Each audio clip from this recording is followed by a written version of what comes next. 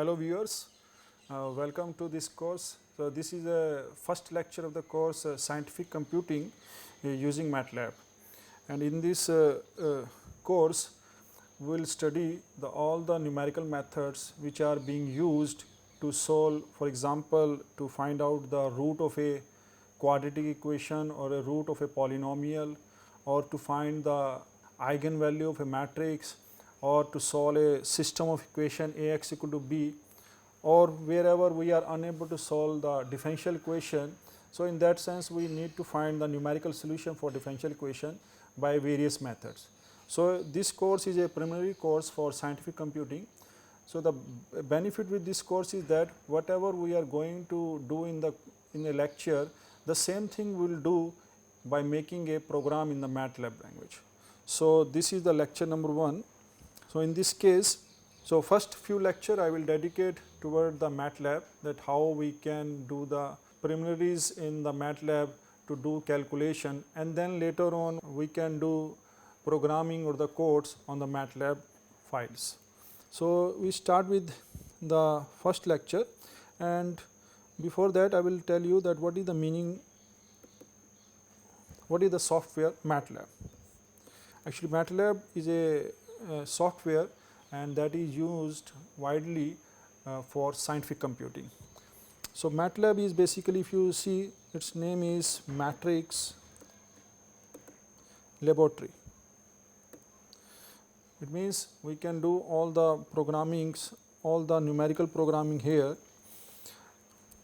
So this is Matlab is basically, there are two type of programming language. So Matlab is a high level language, high level language.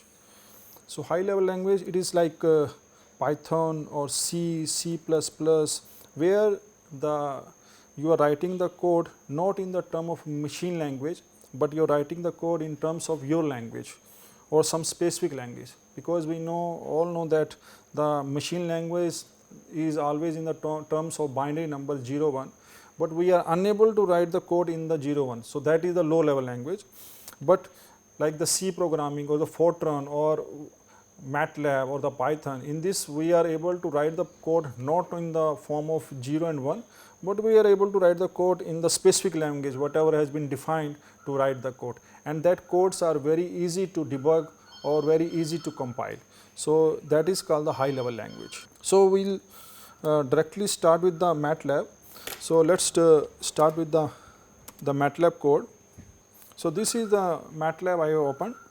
So this is the command window of the Matlab, and this folder, if you see, there are 3 different folders here. So one is command window, another is current folder, and another is workspace. So whatever we are going to write in the command window, so at present I am going to write all the commands in the command window. So you can treat this as a smart calculator we are going to do. So in this case, so I want to see, want to start with the Matlab.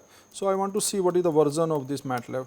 So this is the version 8.6.0 and it is R 2015B, and I want to check the date. So we are going to start this course on the 4th of February 2020.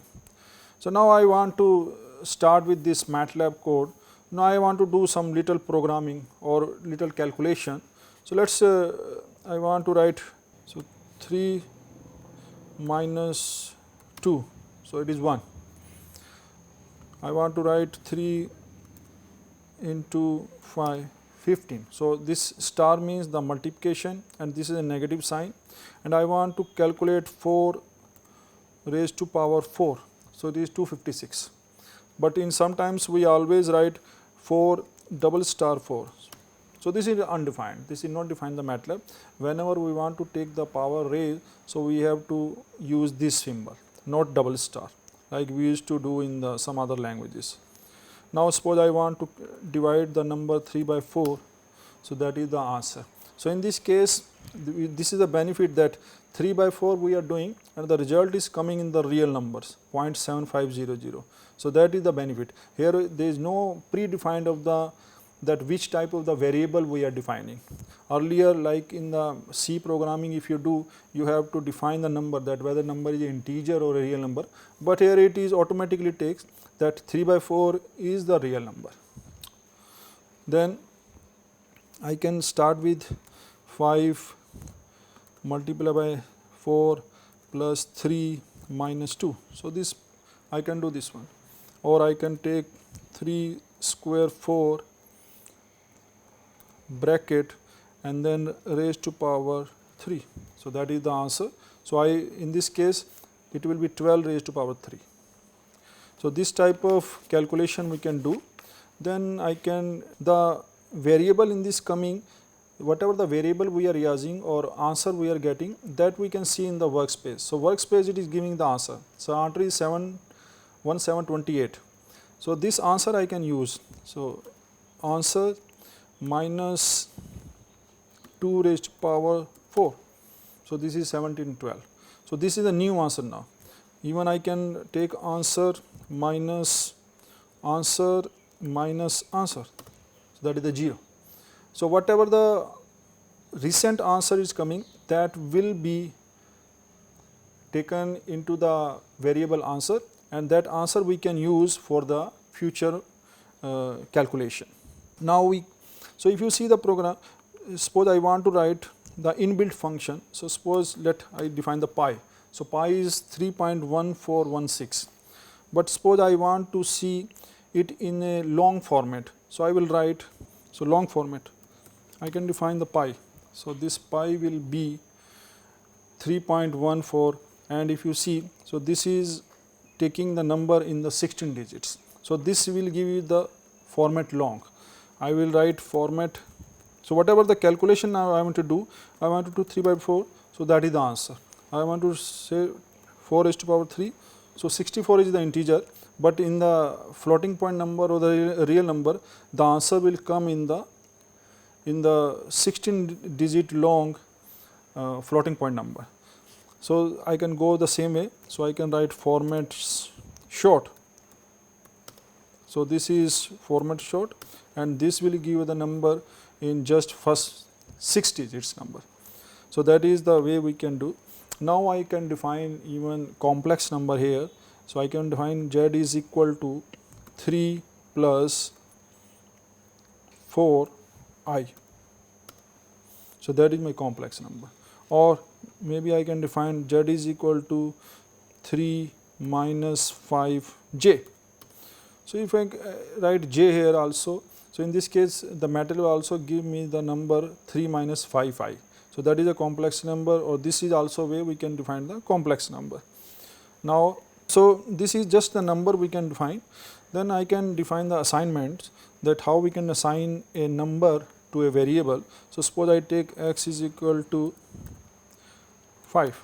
So that is the number I am saying getting, or maybe I am getting x is equal to 5 semicolon. So in that case, if I write the semicolon after the command, the result will not display on the command window, but it will be saved in the workspace. And if I want to see what is the x, so that will I write x and this will appear. So generally we do put the semicolon just to not showing the results on the command window. So suppose I want to define a is equal to 5 semicolon, capital A is equal to 4 semicolon, and x is equal to minus 3. So it will show only the result where I have not put the semicolon, but the value of a is 5 and value of capital A is 5. So from here you can see that the Matlab gives you the variable a, small a and capital A. So it is a case sensitive in the sense that we can take this variable small a and capital A differently. Now we can define, so after this assignment we can define the arrays, that how we can define arrays or vectors and matrices. So this is we can define. So let's define that. Suppose I want to define an array. I define x is equal to 1, 2, 3, 4. So this is my array or a row vector. Now suppose I want to define y that is equal to x transpose. So this is the column vector I am defining. Or suppose I want to define a matrix A that is equal to 1, 2, 3, that is the first row, then 4, 5, 6, 7, 8, 9, and I close down. So this is the matrix I am defining. So 1, 2, 3 is the first row, 4, 5, 6 second, and this is the third row. Now I can take the transpose of the matrix, transpose of A. So this is not defined. It will show you that, do you mean by this? So yes, and that is the transpose we have taken. So if in the Matlab, the best thing is that wherever you have some doubts, you can take the help button, help transpose. So it will give the help that what is the meaning of a transpose. So it shows you that help transpose, the transpose, x is a non-conjugate transpose. So if I want to write the transpose, it will give you a b is equal to transpose of a. So it's called the vector of the syntax. So here wherever there is some doubt about the syntax, we can verify from here. Now suppose I want to take another matrix. So I have taken the transpose. So I define b is equal to answer. So b is this one. Now I can sum a and b. So a and b means I am adding the transpose of the matrix with the matrix A, and we know that this is the symmetric matrix. So it is a symmetric matrix we are getting. Now I can define A minus B. So A minus B. Then it is a skew symmetric matrix. We know that I can define the skew symmetric matrix with the help of A minus A transpose. Or maybe I want to find a matrix, some E matrix, that is we can define with the help of 0, 0, 0, 1, 0, 0, 0, 1. So this is the identity matrix I am getting. Now if you see from here that these are the variables. So I want to see that which are the variables I am using. So I can write the command who. So who will tell you that your variables are A, B, E, A, and answer X, Y, Z. And all these variables are coming here, because if we want to use any variable later on, we can see from here that these are the variable we are using, and that variable we can use to make the further modification. Now suppose I want to do the matrix I have taken, so I want to find the determinant. So I will write determinant of the matrix A. So that is the determinant of the matrix. The matrix determinant is this one. So it is almost 0. So in this case you can check that the matrix is a singular matrix, because in Matlab calculation it gives you the 16-digit accuracy. So Matlab works on the double precision. It means that it gives the 16-digit accuracy. So 0 is equal to something 10 raised to power minus 16. So this number is treated as 0. Now I can find so after this matrix addition, I can multiply the matrix. So suppose, because I know that the two vectors I can add, no problem, but how we can add the two vector? It should be a component wise addition. So suppose I take a one vector, so I define v1, new vector I am defining, or maybe I can define the vector v1 is equal to x. So this is a 1 over the vector, and I define v2, another vector I take, so that I define as x plus 2.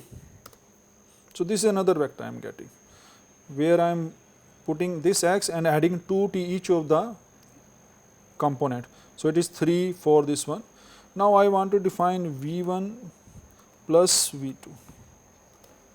So it is undefined, because here I am using the small v and here the capital V, but my earlier variable was v1, both are in the small letter. So it will show you that did you mean by this? And yes. So it will give you the sum. 1 plus 3, 2.4, 2 plus 4, 6 and this one. So, it is a component wise addition we can do. But what about if I want to do V1 multiply V2? So, in this case it will ask you that these are the two vectors V1 and V2 and which type of the multiplication you need. So, to deal with this one I will write V1 dot star V2. So, it will tell you that this is the two vectors I am multiplying by putting this dot before the star, and this multiplication will be the component wise multiplication. So, it is 3 into 4, V1 is 1 and V2 is 3. So, it is 3, 4 into 2, 8, 15 and 24. So, it give you the multiplication of the two vector, or maybe you can see there is a dot product of the two vectors, or maybe I suppose I want to divide V1 by V2. So, what is the V1 by V2? Earlier, so this is the wrong answer, and suppose I want to divide this one by V2, so that is the real answer. So, it is the component wise division. So, what it is doing? It is 1 by 4, 1 by 3, 2 by 4 is half, 3 by 5 0.6 and 4 by 6.67. So, here also I am putting the dot before the division symbol. So, if I put this one, then it means that I am going to deal with the vector division. Now, suppose I have a matrix A and B and I multiply the matrix A and B. So, that gives me the multiplication of the matrix, or I can define A dot star B. So, what is that? So, it is the A star B and this is A dot star B, that gives you the, so here I am saying that multiplication is done with the respect of in the form of vectors, and here I am doing the multiplication of two matrices. So, suppose, so let us see that this is my A and this is my B. So, I multiply this matrix by this. So, 1, 2, 3 it will multiply by this one. So, it will be 1 plus 4 plus 9. So, 14. So, that is the 14 answer. But this is wrong. It gives you the 1 only. 1, 8, 25. So, how it is giving 1? It is giving this 1 multiplied by 1. Here it is giving 8 multiplied by 2 into 4, it is 8. 3 into 7, it is 21. So, in this case, if I put A dot star B, it gives you the component wise multiplication of the two matrix. But if I want to multiply two matrix, then this is the correct answer. Now, suppose I want to find the inverse. So, suppose I want to find the inverse of the matrix. So, let us take the inverse of the matrix. So, this is the inverse of the matrix A. Or suppose I want to find the eigenvalues, eigenvalue of the matrix A. So, it gives you that, do you mean by this? Yes, and that gives you the eigenvalue, because the matrix A was almost singular matrix. So, that is why you can see that the eigenvalue is coming 0 here. So, in this case we can find the eigenvalue. Now, suppose I want to define another matrix, that is I, made up of zeros. Sometime we need to define the vector. So, let us take this matrix. So, undefined the value 0. So, zeros I have to write. So, let us see. So, I got the new matrix made up of 2 rows and 3 columns and all are zeros. Suppose I want to define the another matrix double I, that is equal to ones 2, 3. So, this is the matrix I have defined with all the elements, that is 1. So, by this way we can define the matrices, zero matrices or identity or unit matrix, which all the elements units, or identity matrix we can define. So, in this way we can define the matrices. Now, this is a little bit calculation we can do. Now, we can use the inbuilt function.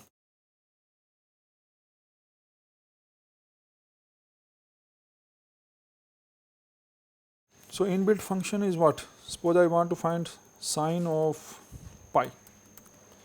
So, it will give you the answer 0. So, in this case sine is the inbuilt function, or I want to define cos of pi.